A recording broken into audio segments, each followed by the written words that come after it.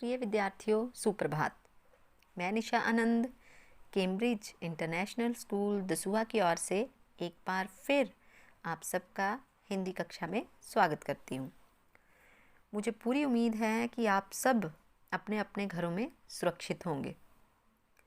आज का विषय आरंभ करने से पहले मैं जो अपना पिछला विषय था उसकी थोड़ी सी दोहराई करना चाहती हूँ। तो मैंने अपनी पिछली कक्षा में मीरा की जो कविता है हमने वो की थी। उसकी व्याख्या जो है मैंने आपको वो समझाई थी कि जो मीरा है वो श्री कृष्ण जी की भक्ति करती थी और उन्हीं पर आधारित कविताएं जो हैं उन्होंने लिखी हैं। तो अब जब हमने कविता की व्याख्या कर ली है और उसको समझ भी लिया है, तो हमारा अगला कार्य अब इसके प्रश्न उत्तरों को हल करना भी है। तो जो आज का हमारा विषय है वो है मीरा कविता के अभ्यास के प्रश्न और उत्तर, उनका समाधान ढूंढना। तो पहले प्रश्न की बात हम करते हैं कि पहले पद में मीरा ने हरि से अपनी पीड़ा हरने की विनती किस प्रकार की है। अब पहले प्रश्न में मीरा ने हरि से, हरि अर्थात श्री कृष्ण, पीड़ा अर्थात दुख, और हरना का मतलब होता है दूर करना, और विनती प्रार्थना। तो पहले पद में किस प्रकार से मीरा ने प्रार्थना की है श्री कृष्ण जी से अपने दुखों को दूर करने के लिए। अगर आपको याद हो कि पहले पद की जब हमने व्याख्या की थी तो उस व्याख्या में ही स्पष्ट रूप से कहा गया है, मीरा श्री कृष्ण जी से ये कह रही हैं कि आप लोगों के दुखों को दूर करने वाले हैं। ठीक है, तो फिर उसने अलग अलग भक्तों की उदाहरणें दी हैं। जैसे अगर आपको याद हो तो सबसे पहले मीरा ने ये कहा है कि जिस प्रकार आपने द्रौपदी की भरी सभा में वस्त्रों को बढ़ाकर उसकी इज्जत की रक्षा की थी, ठीक उसी प्रकार मेरी इज्जत की रक्षा भी करना।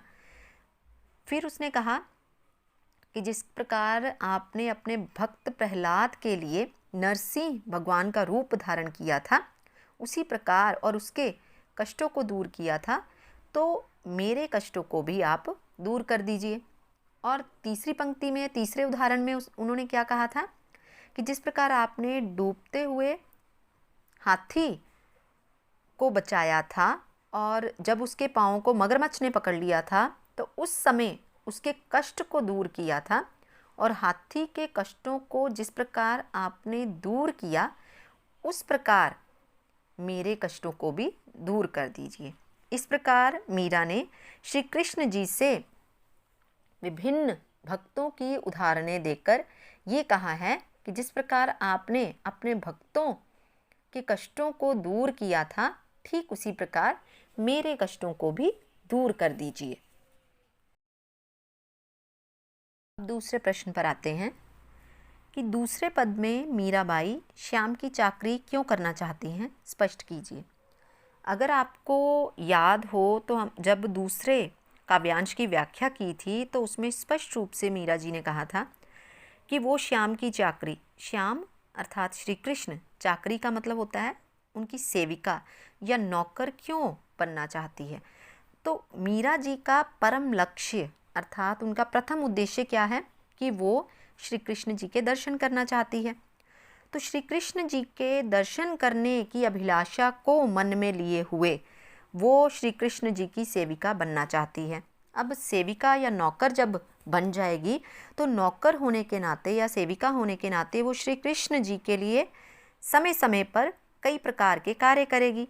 जैसे मीरा कहती है कि मैं आपकी सेविका जब बन जाऊंगी तो आपके लिए बाग बगीचे लगाऊंगी।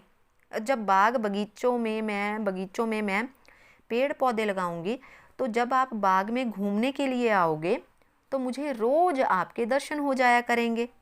तो कहने का मतलब ये है कि मीराबाई श्याम अर्थात श्री कृष्ण की चाकरी या सेविका इसलिए बनना चाहती है या उनकी सेवा करना चाहती है ताकि वो श्री कृष्ण जी के दर्शन कर सके। यही कारण है कि वह उनकी सेवा करना चाहती हैं। अब तीसरे प्रश्न की बात करते हैं कि मीराबाई ने श्री कृष्ण के रूप सौंदर्य का वर्णन कैसे किया है। तो श्री कृष्ण के रूप सौंदर्य का वर्णन करते हुए मीरा जी ने कहा है कि मेरे जो श्री कृष्ण हैं उनके सिर पर मोर पंखों का मुकुट जो है वो धारण उन्होंने किया हुआ है।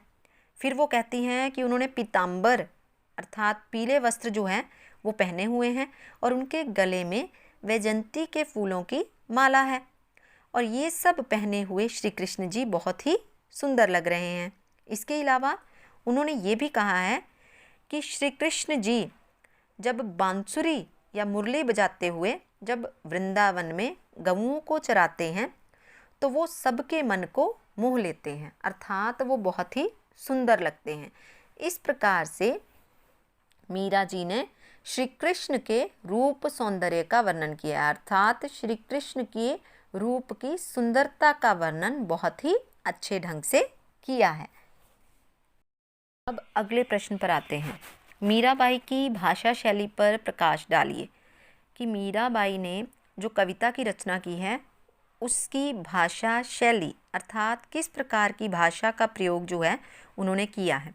तो इस प्रश्न का उत्तर जो है वो बहुत ही ध्यान से दिया जाता है। सबसे पहले तो मीरा कहाँ की रहने वाली है उसके विषय में हम बताएंगे और जिस क्षेत्र में कोई रहता है उस क्षेत्र की बोली या भाषा का प्रभाव उस पर ज़रूर पड़ता है। तो इसलिए इस प्रश्न का उत्तर शुरू करने से पहले हम ये कहेंगे कि मीराबाई जो है वो मूल रूप से राजस्थान की रहने वाली थी, इसलिए उनके पदों में राजस्थानी भाषा का प्रयोग हुआ है। इसके अतिरिक्त वे वृंदावन, गुजरात आदि की यात्रा पर भी जाती रहती थी, इसलिए उनकी रचनाओं में ब्रज व गुजराती भाषा का भी मिश्रण मिलता है। तो हम ये कह सकते हैं कि मीरा जी की भाषा ब्रज और गुजराती के मिश्रण के साथ साथ राजस्थानी भी भाषा का भी प्रयोग किया है उन्होंने, ठीक है। इसके अलावा मीरा जी ने अपने पदों में बहुत से पर्यायवाची शब्दों का भी प्रयोग किया है। जैसे उन्होंने श्री कृष्ण जी को विभिन्न नामों से पुकारा है। कहीं पर उन्होंने हरि कहा है, कहीं पर गिरधर, मोहन, श्याम, गोविंद, मुरली वाला आदि इन शब्दों का प्रयोग किया है, जिसके कारण उनकी भाषा जो है वो बहुत ही प्रभावशाली हो गई है।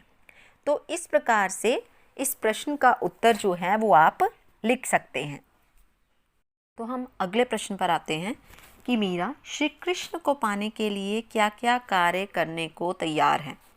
तो इस प्रश्न का उत्तर बड़े ही सुंदर ढंग से दिया जा सकता है और इस प्रश्न के उत्तर में पूरी कविता का जो निचोड़ है वो आएगा। अब वो कैसे आएगा?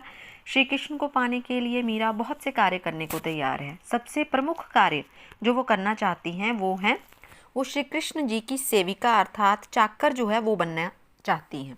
दूसरा कार्य, जब वो उनकी सेविका बन जाएगी तो वो श्री कृष्ण के लिए बाग बगीचे लगाने को भी तैयार है और सेविका बनकर ही वो ये भी कहती हैं कि वो वृंदावन की गलियों में घूम घूम कर श्री कृष्ण जी की लीलाओं का गुणगान भी करेगी। इसके अतिरिक्त मीरा जो है वो अपने आराध्य देव श्री कृष्ण जी को पाने के लिए ऊंचे ऊंचे महल भी बनाना चाहती है और वो ये भी कहती हैं कि उन ऊंचे ऊंचे महलों में वो खिड़कियां रखेगी, झरोखे रखेगी ताकि श्री कृष्ण जी के दर्शन करती रहे। इसके अतिरिक्त मीरा अपने स्वामी अर्थात अपने आराध्य को खुश करने के लिए और उनके दर्शन करने के लिए वो कहती है कि मैं कुसुम्बी साड़ी अर्थात लाल रंग की साड़ी पहनूंगी और श्री कृष्ण जी को वो ये भी प्रार्थना करती हैं कि आधी रात के समय हे कृष्ण आप मुझे दर्शन ज़रूर दें, क्योंकि अगर आप मुझे अपने दर्शन नहीं दोगे तब तक मेरा दिल जो है वो बेचैन रहेगा। तो कहने का मतलब ये है, इस प्रश्न का उत्तर देने के लिए जितने भी कार्य मीरा जो है वो करना चाहती हैं वो सारे कार्यों का वर्णन इस प्रश्न के उत्तर में आएगा। तो बच्चों ये तो मीरा कविता के अभ्यास के प्रश्न उत्तरों पर हमने चर्चा की और मुझे पूरी उम्मीद है कि आप सबने बहुत ध्यान से इन प्रश्नों को सुना भी होगा और समझा भी होगा। इन प्रश्नों के अतिरिक्त अगर किसी भी पंक्ति का भाव स्पष्ट करने के लिए आ जाता है तो उसके लिए हमारा सबसे पहला कर्तव्य ये बनता है कि उस कविता की व्याख्या को ध्यान से हम पढ़ें और समझें। अगर कविता की व्याख्या और जितने भी कठिन शब्द हैं उनके अर्थ हमें आते हैं तो हम किसी भी प्रश्न का उत्तर आसानी से दे सकते हैं और किसी भी पंक्ति का भाव स्पष्ट करना हमारे लिए आसान हो जाता है। तो इन कार्यों को सरल बनाने के लिए और किसी भी प्रश्न का उत्तर देने के लिए हमारा परम लक्ष्य या हमारा परम उद्देश्य यही होना चाहिए कि हम किसी भी पाठ को या किसी भी कविता को बहुत ध्यान से सुने तथा समझें और इसी के माध्यम द्वारा हम किसी भी प्रश्न का उत्तर देने में सक्षम हो सकते हैं। तो मैं आशा करती हूँ कि आप सब ने इन बातों को बहुत ध्यान से सुना होगा और अपनी अगली कक्षा में फिर से मिलेंगे। तब तक के लिए धन्यवाद।